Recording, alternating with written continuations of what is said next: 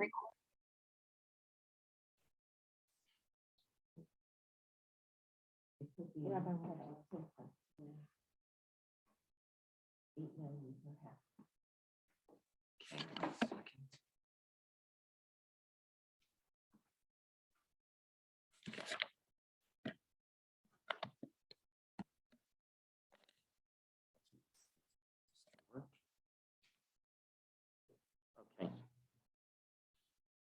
Let's begin. This morning, we're going to do something a little different. This week's Parsha, actually, there are 3 Sifrei Torah. It's one of the unusual circumstances of taking out 3 Sifrei Torah in,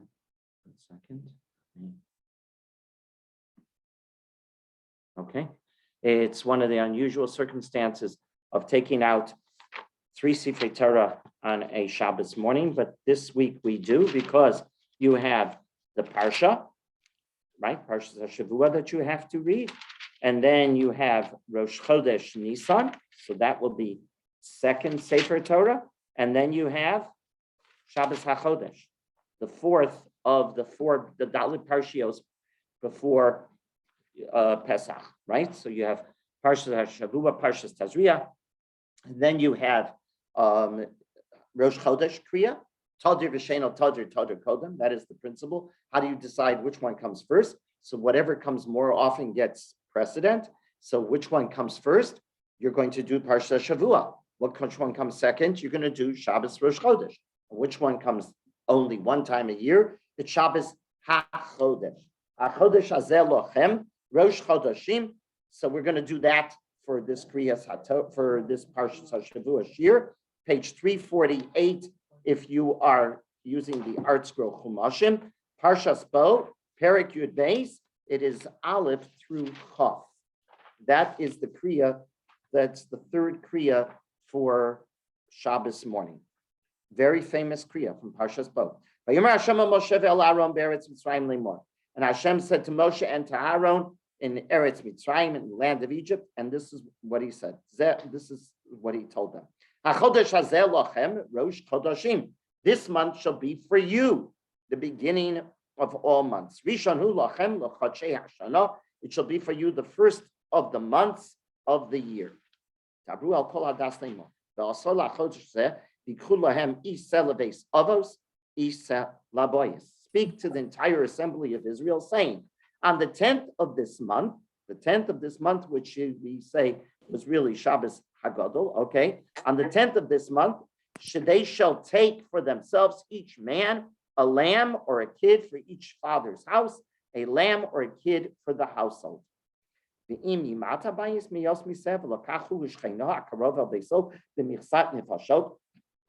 me. But if the household will be too small for the lamb or the kid, in other words, you don't have enough people to consume the entire lamb or kid, then he and his neighbor who is near his house shall take according to the number of people. They shall get together, in other words, as one group. Everyone, according to what he eats, shall be counted for the lamb or the kid. In other words, you're going to create chaburot. You're going to create groups because you got to finish the entire lamb, the entire set, right? That is Korban Pesach.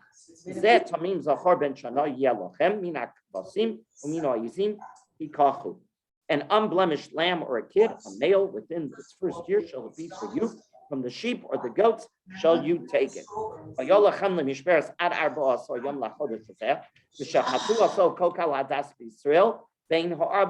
It shall be yours for the examination until the 14th day of this month. In other words, in Mitzrayim, this is called Pesach Mitzrayim. It only happened once, this Pesach, where you took the seh on the 10th of the month, you tied it to your bedposts, and then on the 14th, which is Erev Pesach, you shechted it, right? It shall be for yours the examination until the 14th of the month. The entire congregation of the Assembly of Israel shall slaughter it in the afternoon. That's Korban Pesach. It's going to be shechted on the 14th. Only once did we do this. Pasuk Zayin, right? Pesach Mitzrayim. And you shall take some of the blood and place it on the 2 doorposts and the lintel of the houses in which you shall eat it. And you shall eat the flesh that night, meaning Pesach night. This is the first Pesach, right? Sli, eish, umatzot amiroruim yochlu. And what shall you do? You shall roast it over fire, and with matzos and moror you shall eat it. Do not cook it in water. Kim sli eish rosho al kirov al kirbo. Rather, it must be roasted. Its head, its legs, and its innards all together. It must be roasted. You are not to cook it with water. We still have this custom to this very day that at our sedarim we don't have anything that is cooked with water, right? I mean, excuse me, we don't have anything that is roasted. We don't because we don't have the korban pesach. So we do just the opposite of what happened when there was a korban pesach, and we make sure that we don't have anything roasted. So if you have a roast with a water-based gravy, that's fine. That's exactly what the Torah said was not allowed when the korban pesach was taken. And guess what? You got to consume it by morning. And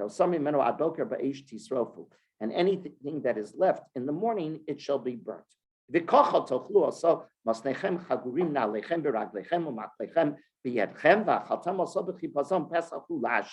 So you shall eat it. You shall have a belt around your loins. Your shoes shall be on your feet, your staff in your hands, and you shall eat it in haste. It is a Pesach offering to Hashem. So there was only one time. There are certain traditions, particularly in Dotam Mizrach, that they reenact this at their Sedarim. They get the children actually to get all dressed up with chagurim na'alechem v'raglechem v'aklechem b'yadchem, and I understand some have the tradition that the youngest screams out, "Where are we going?" And the answer is, we're going to Eretz Yisrael, right? V'avarti be'eretz Mitzrayim b'laylo hazeh v'kesi kol b'chor be'eretz Mitzrayim yadam v'ad be'ima v'chol ohei Mitzrayim eseh shvatim ani Hashem. I shall go through the land of Egypt on this night. I shall strike every firstborn in the land of Egypt, from man to its beast, and against all the gods of Egypt I shall met out punishment. I am Hashem. This is Makas Bechoros. This is what's going to happen. Now you're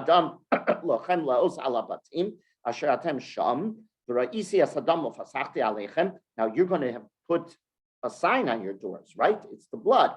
I will see that. I will pass over yours. And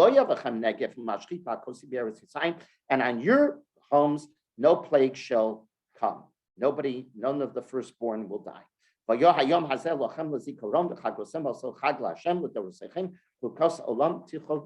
This day shall become a remembrance for you. You shall celebrate it as a festival for Hashem, for your generations.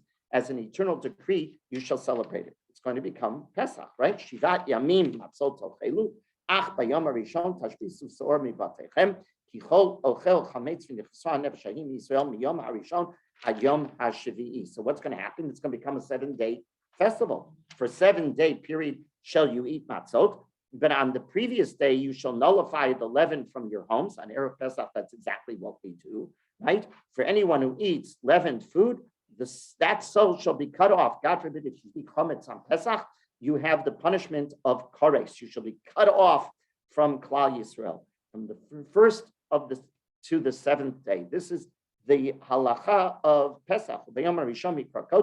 On the first day, it's a holy day where melacha is not allowed. Vayom hashvimi mikra kodesh. The last day, right? Then we have chol hamoed in between. Kol melacha lo yaseh b'chem. The only thing that you're allowed to do on the Yomim Tovim is to cook food for eating. Ushmartem pasuk yudzayin. Ushmartem es hamatzos kibeyatzem hayom hazeh al tzizi yosechem me'eretz Yisrael. Ushmartem es hayom hazeh l'darosechem chukas olam. And if you wondered where matzah shmura comes from, there is the pasuk right there. Ushmartem, right? You can't have regular matzos at your Pesach Seder. You have to have matzah shmura. We'll talk about that. You shall watch your matzot, right?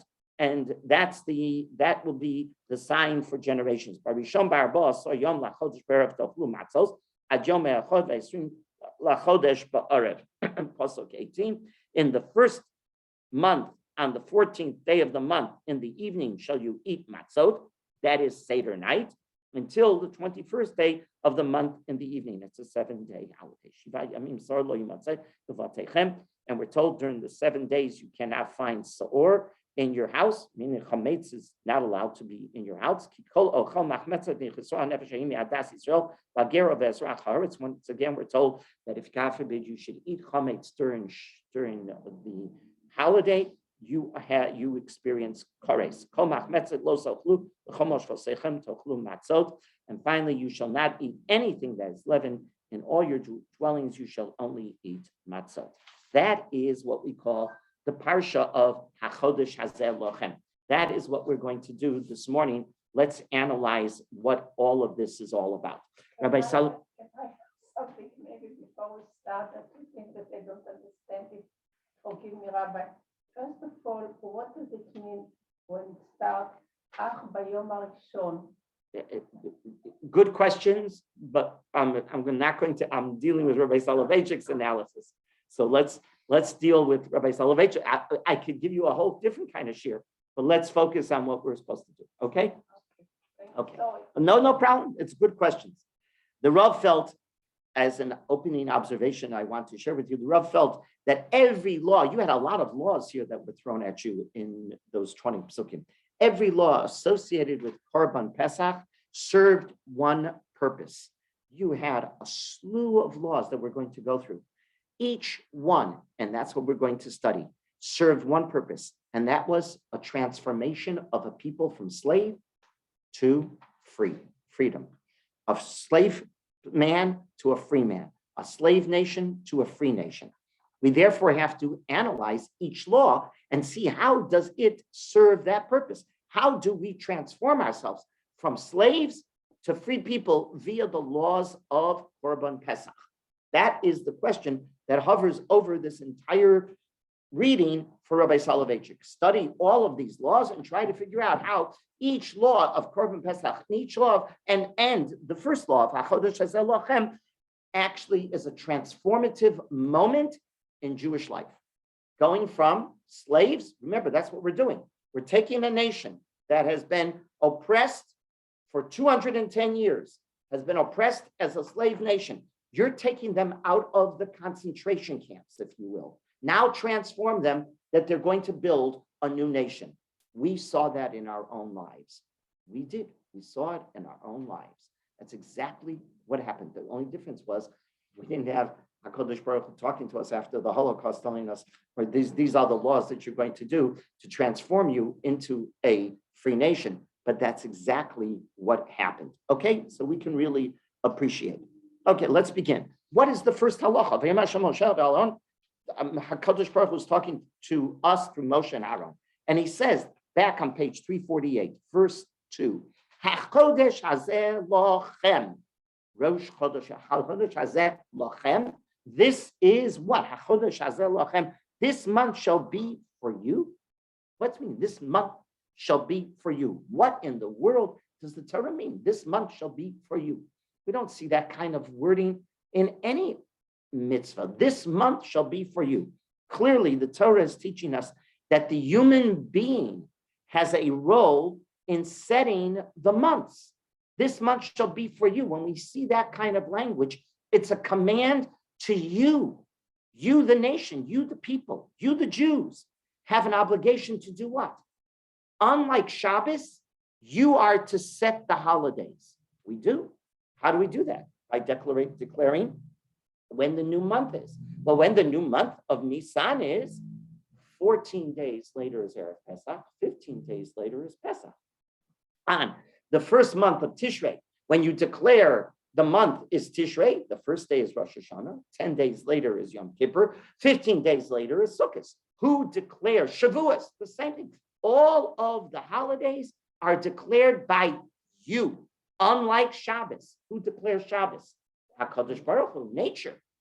It was set into motion and it went into auto, right? Auto mode. Auto mode. Every seventh day, you don't have to do anything to have Shabbos.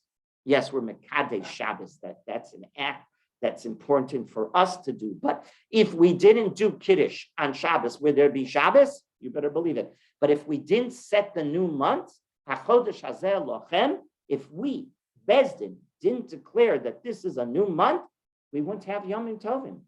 Are you saying if the Rishon, I'm the new moon came out on Yom Rishon. If they said that we're gonna say it's on Wednesday, then our holidays Well, we would all wouldn't be say, no, different days? of course we wouldn't. We follow the Kiddush HaChodesh, but we have to declare it. We have to declare it. Is it tonight? Did you see the moon tonight? Did the Adim come? It used to be done by Adim, by witnesses, and they would come and get cross-examined by Sanhedrin. And if they failed to pass the tests, in other words, they knew it was complicated science. It was very complicated science of knowing exactly when the moon is supposed to appear. But they would test them, and if they passed, then tonight will be Rosh Chodesh. If they didn't pass, then tomorrow will be Rosh Chodesh. It could be off by a day. Who decides? When is that? Bezdin decides. Chodesh Hazel Lachem. It's in other words, your role has to happen. It's you that happened. And that's why, by the way, in your tefillot, what do you say? In your Shemona Esrei and in your Birchas Hamazon An Yom Tov, Mekadesh Yisrael v'Hazman. That's not what you say. Mekadesh Hashem. What do you say every Shabbos? Baruch Atah Hashem Mekadesh HaShabbat. Mekadesh HaShabbat. It's not Yisrael v'HaShabbat. But when it comes to the Yomim Tovim, on Pesach, we are going to say, in your Birchat Hamazon, in your Kiddush, in your Amidah, Mekadesh Yisrael v'Hazmanim. We are Mekadesh the Yisrael. I did say Birchas Hamazon. No, please take that back. There's no changing of the laws of the language of Birchas Hamazon. I didn't mean that. I meant in your Amidah and in the Kiddush, Mekadesh Yisrael v'Hazmanim. If this is so, wonders Rabbi Soloveitchik, which you should all be wondering. We no longer have a Sanhedrin. Do they have any element, if you will, of Klal Yisrael playing a role in establishing the months? Or was that only when there was a Sanhedrin? So Rabbi Soloveitchik says, we still do. It's called Birchas Rosh Chodesh. Shabbos Mevarchim Rosh Chodesh.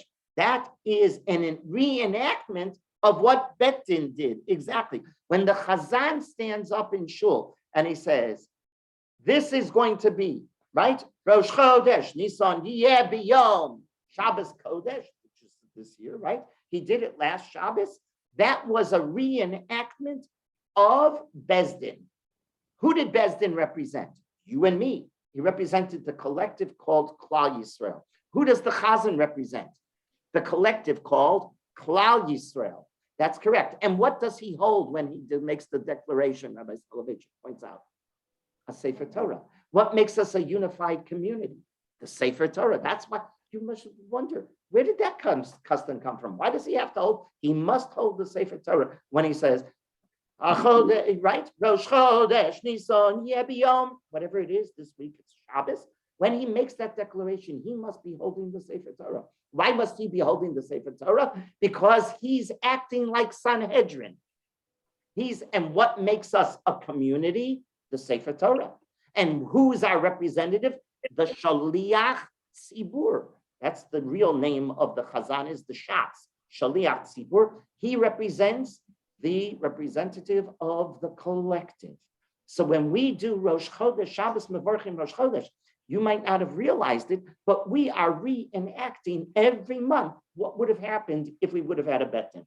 But we don't have a Bet Din, but we reenact it as if we did have a Bet Din, and that is our role as doing this all over again. And by the way, what does he say? Chaverim Kol Yisrael. Why Chaverim Kol Yisrael? So Soloveitchik points out the collective. Who represents the collective? Sanhedrin. Who represents collective here? The Chazan. The Chazan takes the place of the Sanhedrin. And that's what we do every month. That our reenactment every month is doing this role that we would have had if there would have been a Sanhedrin. What about the announcing of the Molad? The announcing of the Molad is just... Isn't that like the Sanhedrin? Exactly. It's to tell you when it is scientifically going to take place, 100%. Yeah, if you would have had a Sanhedrin, you would have had a Molad, 100%. Okay? So that is HaChodesh Hazeh Lochem. The first thing, HaChodesh Hazeh Lochem, you have a role, you, Klal Yisrael, man, has a role, unlike Shabbos. Yom Tov, we have a role. We play a role. We have to declare the month. We have to declare the Chodesh. But then it says, HaChodesh Hazeh Lochem Rosh Chodeshim. Rabbi Soloveitchik asks, like everybody does, why is this? What is the reason for this mitzvah being the first mitzvah given to us? If you would be asked, let me stop for half a second. You're on a TV game show, and they ask you, a Jewish TV game show, and they ask you the following question. So remember, if you ever are on this game show, remember where you learned it, right? Okay, and you're asked the following question. The question is, what was the first mitzvah given, commanded to the Bnei Yisrael as a community? What's the first mitzvah? HaChodesh Hazeh Lochem. Creating the new month, declaring the new month, Kiddush, what we call in rabbinic literature, Kiddush HaChodesh, the sanctification of the months. That is the first mitzvah we received as a Jewish people. That was the first mitzvah we received, commanded to us as a collective Jewish people. So the question is, and when did we receive it? We received it right on Rosh Chodesh Nisan. Nisan, by the way, is the names Nisan, Iyar, Sivan, Tammuz, Av, Elul, Tishrei, Cheshvan, Kislev, Teves, Shvat, Adar are Babylonian names. You will not find them in the Torah. They're Babylonian names. How did we call the first month Nisan? Nisan is a Babylonian name. What is the Torah called the first month? Rishon, Chodesh Rishon. What's Iyar called? Chodesh Sheni. Sivan, Chodesh Shlishi. That is exactly how they were given. Once we were in Bavel, they were given names, and we adopted them because the majority of the Jews took upon themselves that they recognized those names. So they became the names that we name the months to this very day. We write in a ksuba, we write in a get, we write in documents these Babylonian names. But the truth is, the Torah and Tanakh did not know of these names. Okay, let's continue on. But why is this the first mitzvah given to the Jewish people? This is an unbelievable question. Why is this? Rabbi Soloveitchik says, if I would tell you, please differentiate between a slave and a free man, that is correct. What is the most important distinguishing mark of the slave versus the free man? It's the watch. It's the clock. It's the ability to tell time.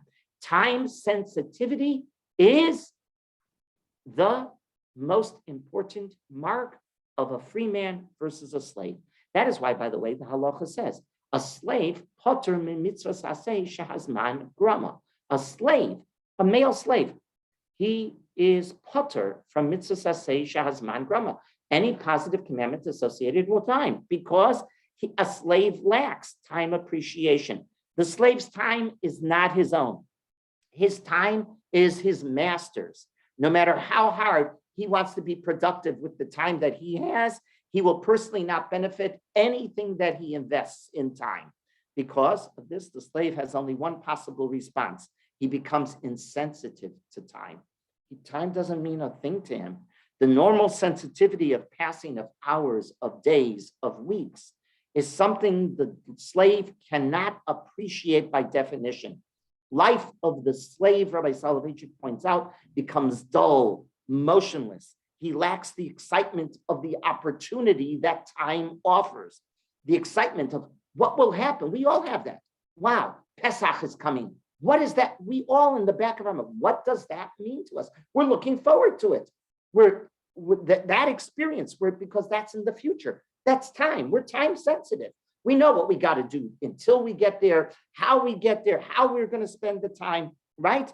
The anxiety of failure is also a component of time. I might fail in my use of time. That makes me very anxious. The slave is not anxious at all because it's not part of his control. He doesn't control it. By the way, Rabbi Soloveitchik notes, true time awareness has three components. One, time has a sense of retrospection. Number one, in time, without memory, there is no time. You have to have a sense of retrospection. Two, time is an anticipation of those things yet to come. And 3, time is an evaluation of the present moment. If one doesn't have a sense of retrospection, of memory, then he doesn't have an I awareness. He lacks a self-identity. I have a memory of who I am that gives me an I awareness. If I lack that, I don't have an identity, a self-identity. The past, however, must inspire me to think about the future. I have a past, but it inspires my future. It moves one from reminiscing to anticipating, right? That's exactly what time does. The present experience, therefore, is a commitment on the one hand to the past, on the other hand, the excitement of the future. Time awareness is the singular gift granted by God to man. Time awareness, I repeat, is the singular gift granted from God to man. No wonder why the halacha is so time conscious. Think about it. Halacha is extremely time conscious. You get it in the Shabbos bulletin. You ever pay attention to all those? Here are the halachic times for the week. And it tells you Sofsman Kriya Shema, Sofsman Tefillah, when Shkia is, when it's like, and it's, do you ever pay attention? Shabbos is over at 9:33. Huh? I mean, you tell this to a guy. What's with you guys? 9:33. That's right. At 9:32, if I flip on the switch, I'm a Chalal Shabbos. 9:34, fine. Are you guys nuts? That is correct. If, for example, Kriya Shema has to be said by 9:06, and you say it at 9:07, your act is worthless. Whoa, really? That's correct. We are time conscious. The Rav would always point this out. It's scientifically time. You got to do it by the minute, by the second. Oh boy, do we go nuts when it's Erev Pesach, right? You can only eat chametz by this time, by 10:03. And you must sell the chametz and have it burnt by 11:22. I mean, I'm giving you just numbers. Those are hypothetical. Those are not real for this year. You'll take a look in the times I print, but you look at it and you say, hey, what is this? Round it off to 10:30. Round it off to 11 o'clock. No, we don't round off time at all because the gift that God gave us was a time awareness. And the mitzvah of the command to the Jew is to appreciate every second as an unbelievable gift. Now we can understand why the first mitzvah commanded to the Jewish people was time sensitivity. Nothing is more basic than time awareness to transform the slave into a free man. Remember, I told you at the very beginning of this year, everything that we're going to learn today, the Rav is going to look through a lens. How does that mitzvah transform us from slave to free? Slave individuals to free individuals, slave nation to free nation, correct? That's what the Rav is analyzing. So the first lesson that we learned, the first halacha in this Kriyas HaTorah of the last of the Dalet Parshios is time awareness. When you become time aware, you transform a person from a slave into a free man. Then continue on. Now, after that, so okay, you have the time sensitivity. Then what's the next halacha? Next halacha in Pasuk Gimel. Tavru al kol adas Yisrael and more. Teach the people of Bnei Yisrael the following. On the 10th of the month, dikhu lahem ish selaves avos selaboyis, right? Selaves avos selaboyis. Take for yourself a lamb, each from the father's house, a lamb for the household. The Rav notes that having the Paschal lamb as the symbol of our redemption is not an accident. Why? Korban Pesach being the symbol of the transformation of the Jew from the slave to the free man. The Korban Pesach, as Rabbi Soloveitchik points out in this pasuk, is unique. This is the only korban. It's the only korban that has a rule in halacha called chabura. What's chabura? You had to bring the korban pesach as a community. There's an interesting opinion in the Gemara in Sadi Aleph Amid Aleph in Psachim. that an individual, let's say I'm a big guy, and I can eat a whole lamb on my own. It's pretty hard, but I can eat a whole lamb. Let's say I could, right? It's not such a big lamb. I can eat the whole lamb on my own. Can I bring the Korban Pesach by myself? I'll come to the Mikdash on the 14th of the month of Nisan, and I will, Elazar, Muskin, me, myself, and I bring one Korban. Nobody else is coming with me. There's an opinion in the Gemara and Sari Aleph, Amud Aleph, and Psachim. You cannot do that. You'll tell the Kohen, I can eat this whole thing all myself. I'm not going to leave over anything. There's not going to be. You cannot do that, the Gemara says. Why? Korban Pesach must be brought as a chabura, as a community. The concept of bayit, selaves avos, bayit. What's bayit? It's not a house. Bayit is a community. It's a community. Is the second lesson you are being taught. After time sensitivity, the Jew is being transformed into a fellowship. You're a fellowship. When you're a slave, who are you worried about? Me, myself, and I. That is your community. Nobody, you are only worried about your own survival. That's all you're worried about. As soon as you become a free man, who now becomes your perspective in life? Are you only worried about yourself? No.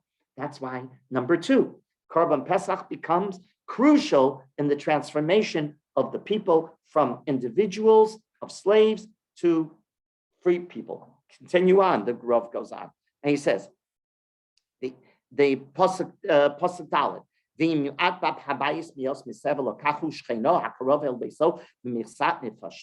what happens if he doesn't have, your family is a small family. You look around and you say, I don't think we're going to be able to finish this lamb. So what do?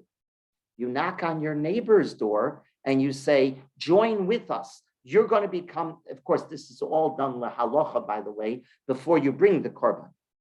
You have to identify yourselves as a community to the Kohen. It's all of us. Hey, whoever all of us is, it can be many, many people. The only thing each person has to have, the halacha, is a kazayas of the Korban Pesach. So, okay, it can be a big, big, big Seder, right? A lot of people, because everybody just has to have a kazayas of Seder. So what is occurring here in this pasuk when it says, if you don't have the ability to finish the set, what do? You knock on the door of your neighbor and you make a chabura much larger. You join forces, right? What's going on here? The Jew realizes that he can't possibly eat the lamb all alone, and he brings others to join him. Suddenly, the slave does something he never dreamt of, Rabbi Soloveitchik says. He knocks on his neighbor's door, and he says, I want to invite you. A slave can't invite anybody. A slave doesn't have the capability of inviting anybody. Why is this so important? Because he's being transformed into a free man. That's why, how do we start our Siddharim? With what declaration? Halach ma'anya. Why halach ma'anya? Because the first element after time sensitivity is the ability to create a chabura, to create a community. I can invite whom I want. I don't have to ask anybody. I can knock on the door of my neighbor and say, join me. The Korban Pesach created a new community. What new community? And Rav Soloveitchik noted, the Chesed community was formed in this moment in Jewish history. By being able to offer help to others, you've created a Chesed community. This is the second manifestation of the free man. After being time sensitive, the free man is capable of deciding how he spends his money. He decided how he spends his time, how he spends his money, and how he acts to others. He doesn't have a master telling him what he can do and what he can't do. That is what's happening here. Or in the words of the Rav, and I quote him, God did not need the Korban Pesach.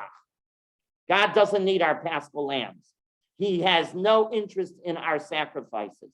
He simply wanted the people, the slaves who had just come out of the house of bondage, to emerge from their isolation and insane self-centeredness into a chesed community where the little that man has is too much for himself to devour.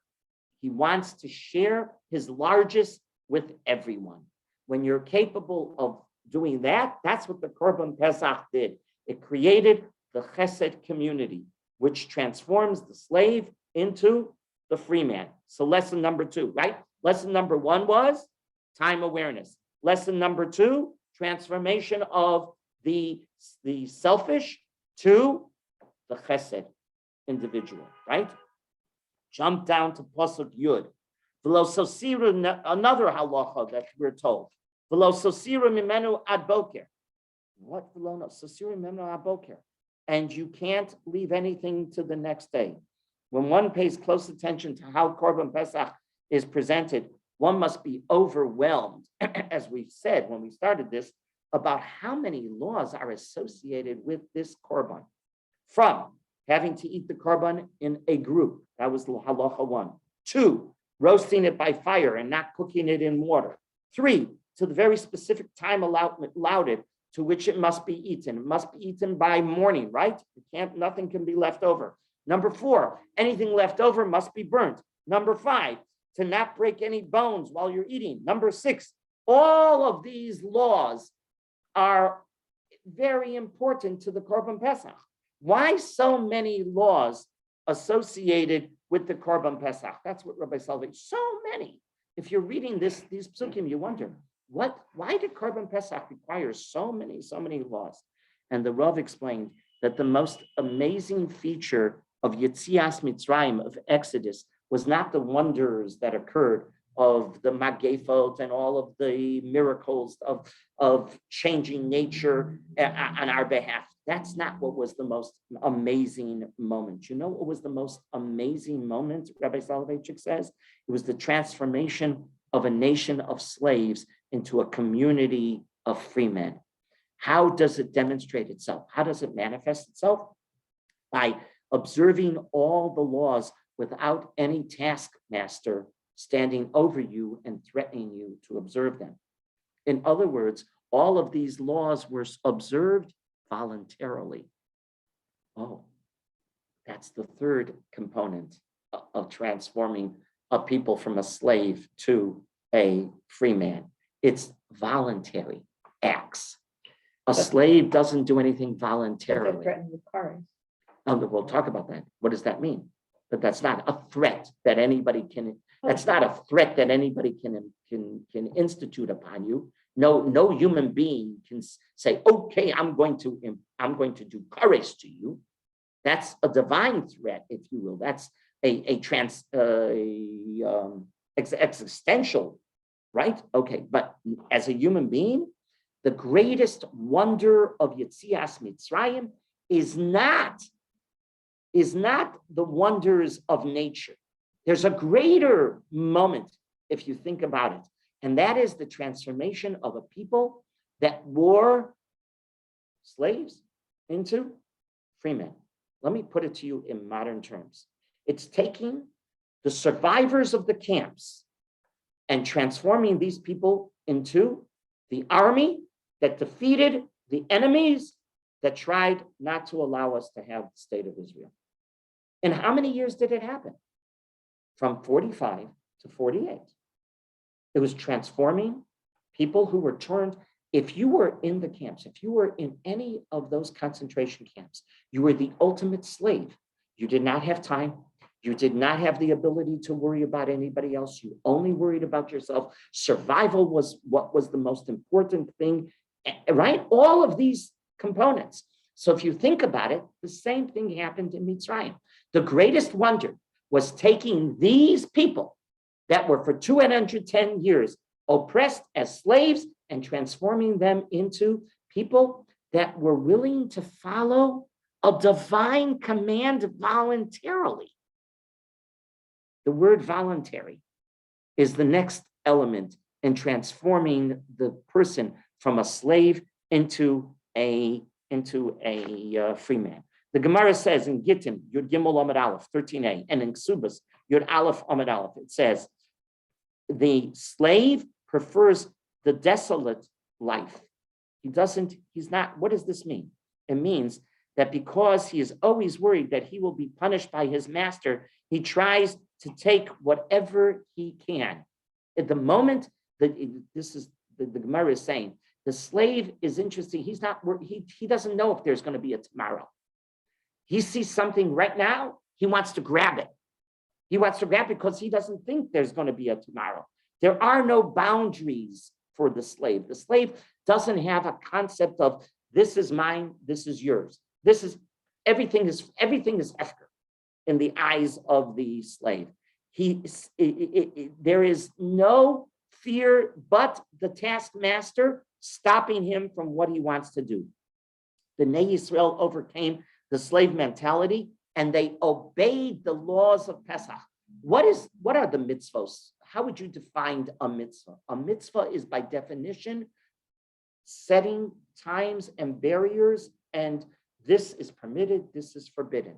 This is allowed now, this is not allowed now, right? There are time barriers, there are action barriers, there are markers, is the word I'm looking for. A slave doesn't understand the concept in life of self-demarcation. He doesn't understand it because if he can grab something, he will grab it at all. I dare say there are more laws associated with Pesach than with any other time of the year. And we know that, right? When it comes, I get more shilas on this time of the year than any other time of the year. Everybody wants to, because first of all, we're not familiar with them. We don't remember them from the year before, but everybody is very strict because we know Pesach is the most complicated of the entire year. All of this is part of the transformation of the people from slaves to free men. We're willing to accept the laws voluntarily upon us. That's how the Rav number 3. So time awareness, correct? That was the first. Sharing, that was the second. Voluntary acceptance of the laws, that was the third component of transforming the Jew from a slave to a free person. Continue on. In Pasuk Yud Aleph, it says, and how are you supposed to eat this Korban Pesach on Pesach Mitzrayim? Remember, this is one moment in Jewish history. We reenact this every year afterwards. But what we're describing here in Parshas HaChodesh, which is our Kriyas HaTorah number 3 on Shabbos morning, is what? How did we eat the Korban Pesach in Mitzrayim on the 15th, on that night of the 15th? The Chipazon. What's the Chipazon? Why did the Torah, why did God command us that we have to eat this Korban Pesach in haste? That's what we're told. You have to eat it in haste. So important was speed that the Rambam writes, how are you to start with Holach Ma'anya? The Rambam's text for the Haggadah, which we don't use in the Ashkenazic, but the Eidolt HaMizrach does, they add 3 words before they start Holach Ma'anya. Bivhilu Yotzanu Mimitzrayim. Bivhilu Yotzanu. That's how they start Holach. Then they say Holach Ma. Bivhilu Yotzanu Mimitzrayim. Hurriedly, we left Egypt. That's what those words mean. Bivhilu Yotzanu Mimitzrayim. Holach Ma'anya Diachol. Why does the Rambam say the only way you can start your Haggadah is with these 3 words? We left Mitzrayim in a haste. Why does it matter? You have to wonder, did it matter if we walked slowly or if we left quickly? Why is that so important? But for the Rambam, it became the symbol of the great freedom of Exodus because it reflected our acquisition of time consciousness. We realized that Exodus was happening now and it might not happen later. The person who is time sensitive is the person who realizes you better grab the opportunity now because it might not repeat itself. That is the time-sensitive Jew. So the Rav quotes, we're back to this where we started, we're back to that point. It's being stressed again. How do you change a slave person into a free person? Realizing, grab the opportunity as it comes. If you miss grabbing the opportunity now, it may never repeat itself. There's a time sensitivity to all of that. Is crucial. And the Rambam is stressing, you want to tell the story all over again? On Seder night, you're going to start telling the story. The first thing that you have to say is what? The Jew became time sensitive. While he was a slave, he and she didn't own a watch, if you will. They didn't understand the clock. Now, bifhilu, we went out quickly. We grabbed the opportunity. We didn't miss a moment. Every second counts. I have often said that the worst sin in the world, if you were to describe the worst sin in the world, what's the worst sin in the world? So you tell me this sin, that sin. I'll tell you the worst sin in the world. The worst sin in the world is to waste time. That's correct. To waste time. I have time to kill. If you have time to kill, you don't have time. You're a slave. You're not a free person. If you think you have time to kill, Rabbi Shai Shechter says about his father, Reb Hershel Shechter, no matter where we went, our father would tell us, take a sefer with you. Why take a sefer with you? Because you're going to be waiting in line. Open up the sefer. Learn. Every second. I remember my father, Zichrono Livracha, used to say, the worst sin is bittul zman. What do you mean bittul zman? As a kid, you never understood it. Bittul zman. Bittul zman means I'm a slave. And that's why you are to eat this quickly on Seder night. We are sensitive to time. Continue on. Go to Pasuk Yud Gimel. Then we're told, what did they have to do only once? Pesach Mitzrayim. We don't do this today, right?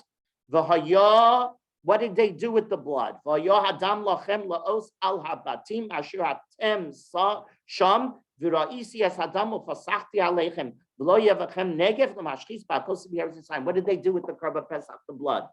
They splashed it on the doorposts and on the lintel. Why?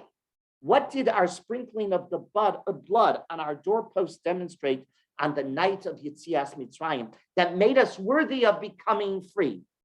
Again, remember how I started this year. Everything in this parsha has to give you a sense of transformation from a slave to a free man. What does this have to do with making you a slave, from a slave to a free man? So the Medrash in Shmos Rabbah quotes the pasuk from Yecheskel that we are very familiar with when we name a baby boy at a bris. We say this pasuk. And then everybody says, the person who is naming the baby says, and everybody present says, what is this pasuk in Yecheskel Perek Tezayin pasuk Vav mean?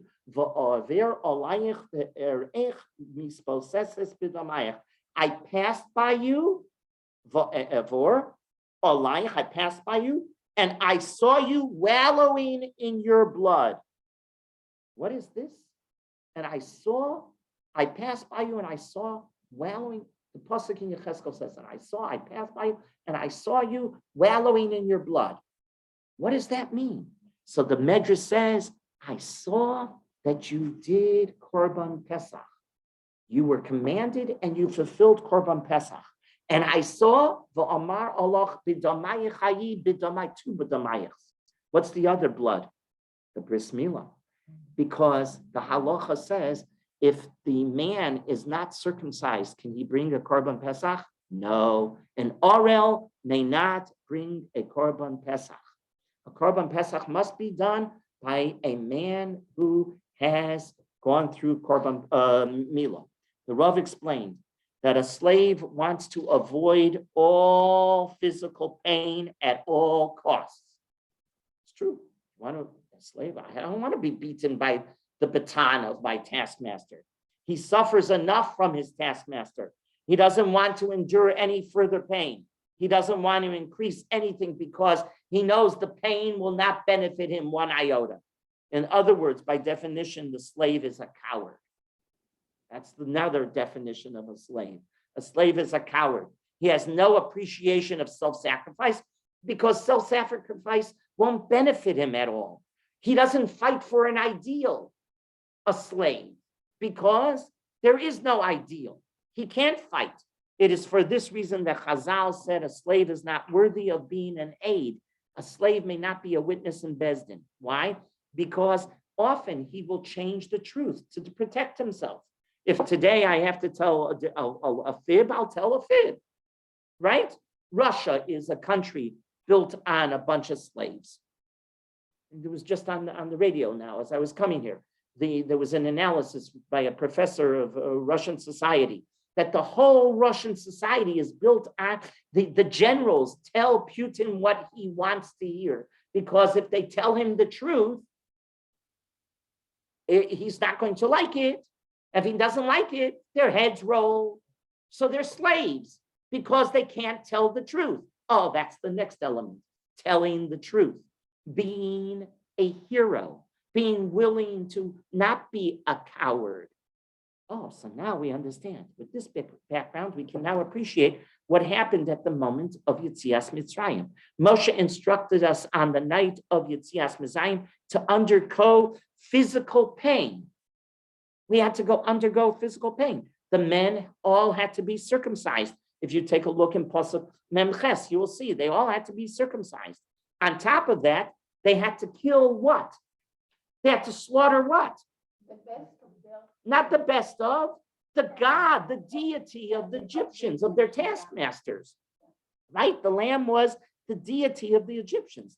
They were certainly worried, as Pasuk Chaf Beis tells us, Perek Ches. If you go back to Perek Ches, Pasuk Chaf Beis, you will see they were worried that the Egyptians would not tolerate this. But we're going to kill their gods? They'll kill us. They were worried.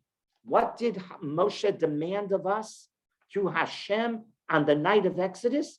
Transform yourself from a slave to a free man. Stop being a coward. You have to be a hero. The Jewish slave takes upon himself heroic acts. Rav Soloveitchik often said, the Jew is commanded to be a hero all the time. All the time. That we have to act differently than the non-Jews is a heroic act. We have to be willing to do Bris Milah and Korban Pesach. We are transforming ourselves from cowardly slaves who want to avoid all pain at all costs to free men willing to stand up and to fight for what we believe in. They were ready to pay with blood. What's this dam on the lintels and on the doorposts? It is a demonstration that we are willing to fight for our ideals. They were ready to pay with the blood of suffering, the privilege of overcoming the fear to perform the mitzvos. That's exactly what thus the pasuk says in Yecheskel. We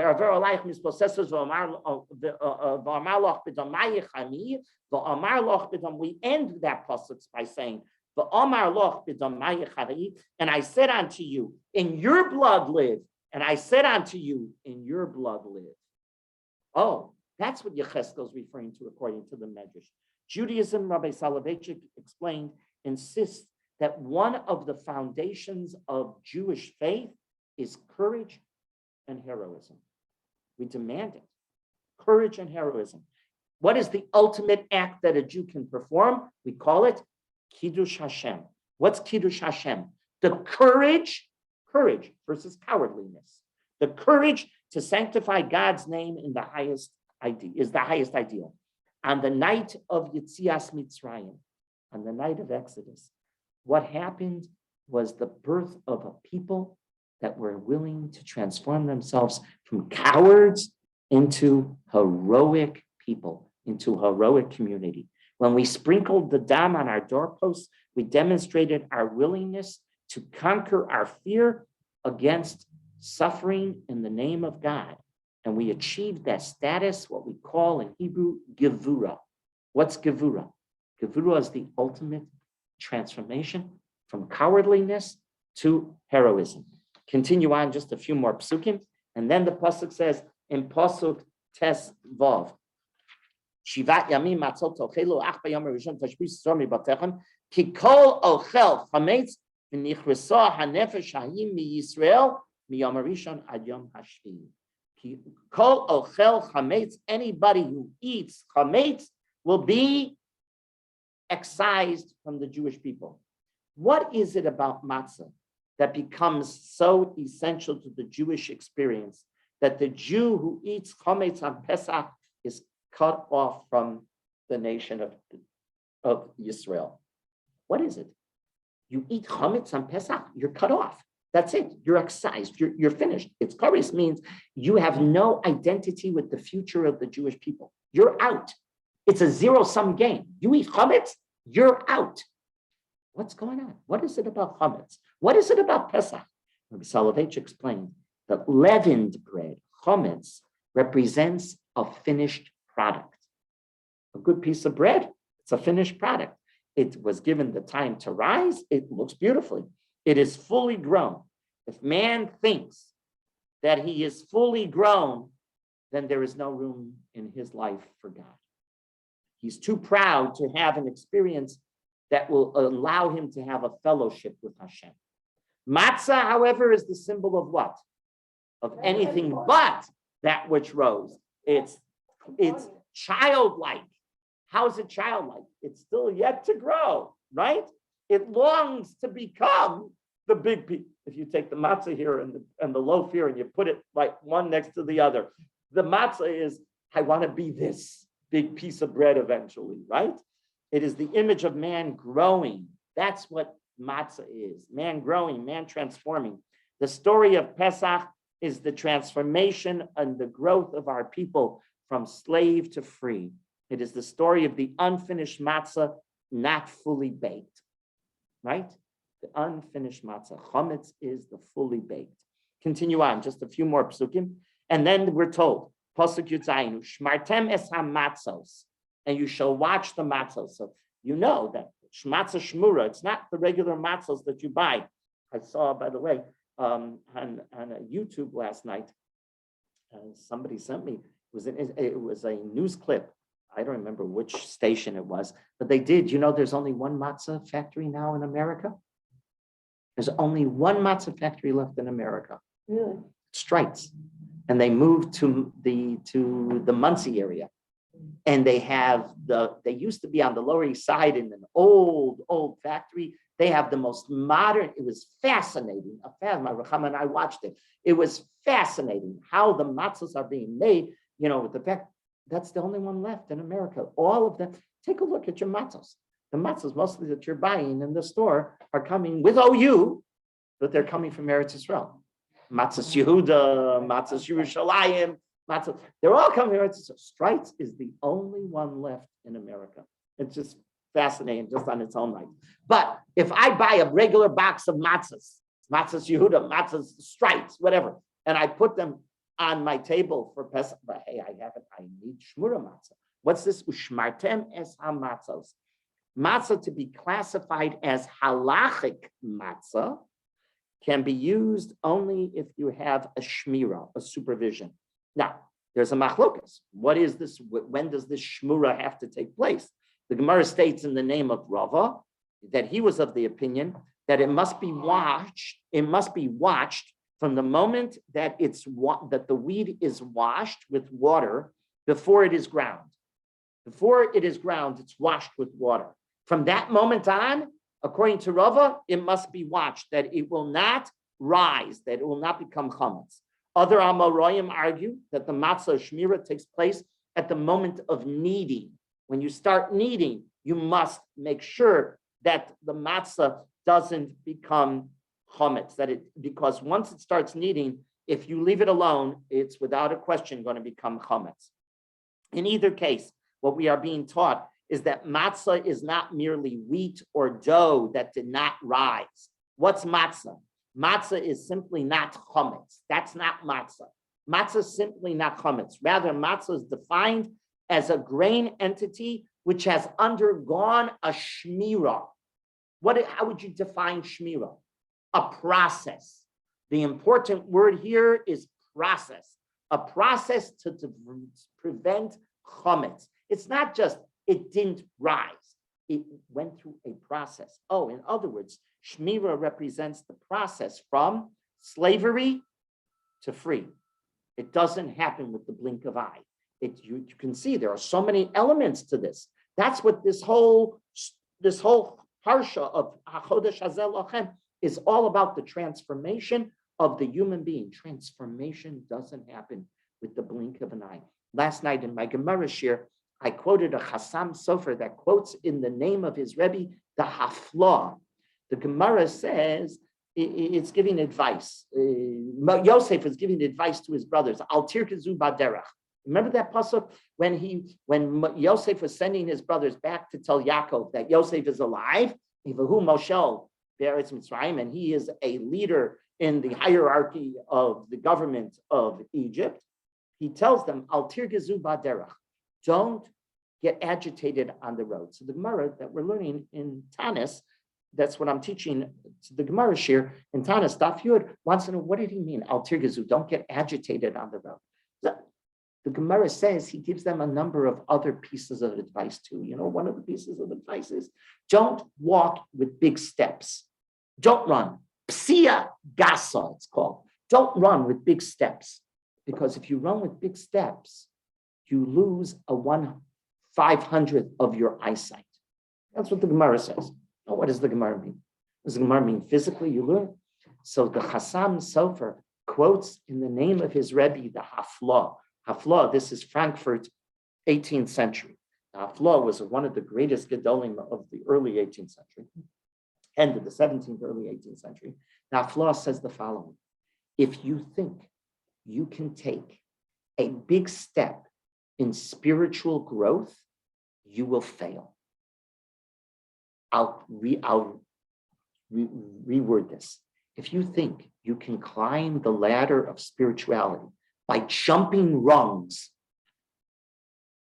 and there are people who have no patience. They suddenly, we've met them, right? We've seen them. They suddenly, something happens in their lives and they're on this journey and they suddenly transform themselves into, right? And they change how they look and they start acting totally.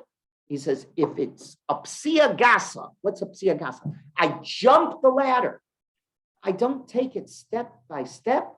The Haflah says, and the Chassam Sofer quotes him, and I taught it last night in the Gemara shir, it's an unbelievable comment. You will not succeed. You will not see Hatzlacha.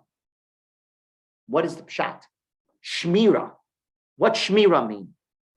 Shmira means focus, laser focus. You got to watch. What's the mashgiach have to do? Have you ever been to a matzah factory? You've seen hand matzah made?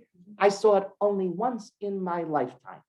It was, remember when in 2003, the Intifada was going on, and I took a group. That was the only time that we were in Eretz Yisrael for Pesach. And we took 25 people from the shul, and we went, if you remember, during the Intifada, we went 7 different times, 2002, 2003. That's what we did, our shul. And we were honored for that because we kept on going. But the Pesach we went, and on Erev Pesach, we had a outing to the men. The women were not allowed to come. I apologized. But it was a Gerer bakery, and they didn't want the women there. Okay. But a bunch of men went with me, and we participated in making matzos mitzvah. If you bake your matzah, your shmura matzah on Erev Pesach, they're called matzos mitzvah. And we saw how matzahs were really made. And you got time is everything's running. It's like everything is high speed, but everything is being watched very carefully. We have mashgichim watching. Let's make sure there's nothing left on the table before the next roll comes out. And it's unbelievable. It's a process, a very laser-focused process. And that's what is being taught. Shmira is a process. And finally, let's go to the last pasuk, and then we'll wrap it all up. Pasuk Q, test. Shivas yamim se'or lo yimatzeh b'vatechem ki kol ochel machmetzes v'nichreso hanefesh hahi me'adas Yisrael. For you will be, if you eat chametz, you will be excised from Adas Yisrael. Often the Torah links kares, being removed, totally removed, with the expression of either Me'adas Yisrael, from the community, or a different expression the Torah will use, Mikerev Amo, which means the same thing. It's just different expression, from among the people. This is a profound lesson. Our existence is not me, myself, and I. Our existence is connected to community. Jewish eternity is found in our connection with community. And this takes us full circle, right? We began this whole chapter of HaChodesh Hazeh Lochem and Korban Pesach with the concept of the first mitzvah taught to the community, correct? The community establishes the months, correct?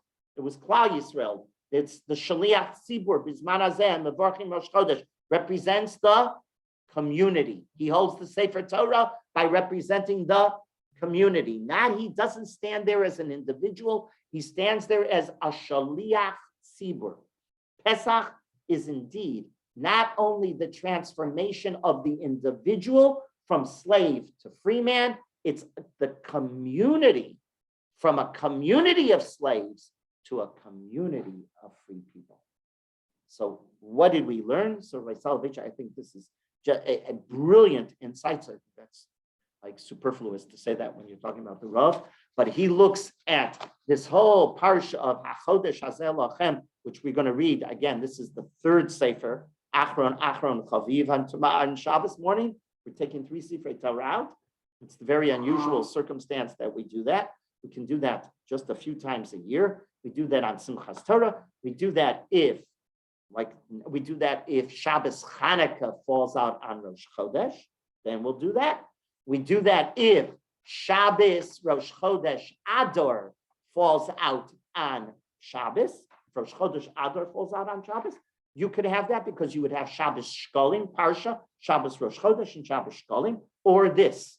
You can have it when Rosh Chodesh Nisan falls out on a Shabbos. So you have this Shabbos Tazria, which is Parsha Shavua, Rosh Chodesh, Sefer number 2.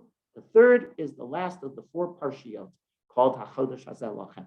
How did the Rav analyze this entire reading? He looks at all of these laws associated with Korban Pesach. And remember, if you're asked, what is being described in Shabbos HaChodesh? Pesach Mitzrayim. Pesach Mitzrayim. It happened once. There are differences between the Pesach of Pesach Mitzrayim and the Pesach Doros. For example, we don't sprinkle any blood on our doorposts in our right. We don't do that. We don't wear our shoe. If you want to be without shoes under the Seder table, be my guest, right? That's not the way it was done on Pesach Mitzrayim. You sat there with your shoes on, right? You sat there with a staff next to you, ready to roll. Your bags were packed. Your luggage was ready to go. That was required in Pesach Mitzrayim. So there are many differences that are unique to Pesach Mitzrayim, but there are other laws we're being taught for the first time about Korban Pesach, right? And the Rav looked at all of these laws and he said, what was their motive? Their motive was one, to transform the slave into the free man. It started with time awareness. The slave has no time awareness, correct? He is a coward. He doesn't have his ability to decide on his own, correct? He doesn't have any of that, correct? All of these different things. His ability to be kind, to share, is a unique element to the free man. It's all a transformation of the free man. You don't keep over to the next morning. You have to eat it within time frames. You volunteer to do the mitzvahs. There's no taskmaster hovering over you and who's going to threaten you with punishment. All of these things transformed the Jew into a free man and a free nation. Okay. I have 2 questions. Yes. I thought I'd get the answer, but Yeah. I still don't understand what it says. Ach bayom harishon. The same pasuk is contradicting the beginning and the end of it. It says, Where? Ach bayom harishon tashbitu sheor mibatechem. But it says, and then it Which says, pasuk are you at? I'm in pasuk Tezvav. Yes. Okay. Shivat yamim matzot techelu, ach bayom harishon tashbisu mibatechem. So Chazal understand what that word means. Ach bayom harishon means Erev Pesach. Erev Pesach.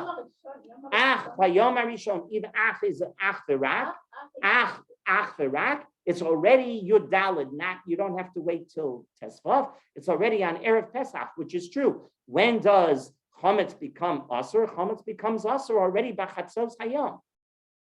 That's ach bayom harishon. Yeah, ach v'rak are limiting. So it doesn't mean only Yom Rishon. It's like by Yom Kippur. Ach is also used to teach us that the 9th of Tishrei is also a halacha, right? Okay. One more thing, if Yeah. I may, please forgive me for taking the time. It says that 4 days before to take the same. Yeah, only once in Jewish history. Why- Pesach why- Mitzrayim. Yeah, but why is it 4 days? Is there a special? Yeah, meaning? again, it's overcoming the cowardness. You'll see. You're gonna remember the Chumash tells us that they have to tie this animal, if you will, down in their homes, and the Egyptians. Will the Egyptians harm us? You have to act like a hero. That was all part of the transformation of the Jew from a coward to a hero. So the 4 days. Yes, was the is time just give- to, and also the Chumash tells us, in other words, to inspect it, to make sure that there are no, yeah, no, got it, okay. Okay, we'll pick up next week. Okay, thank you. very much. Thank you. You're welcome.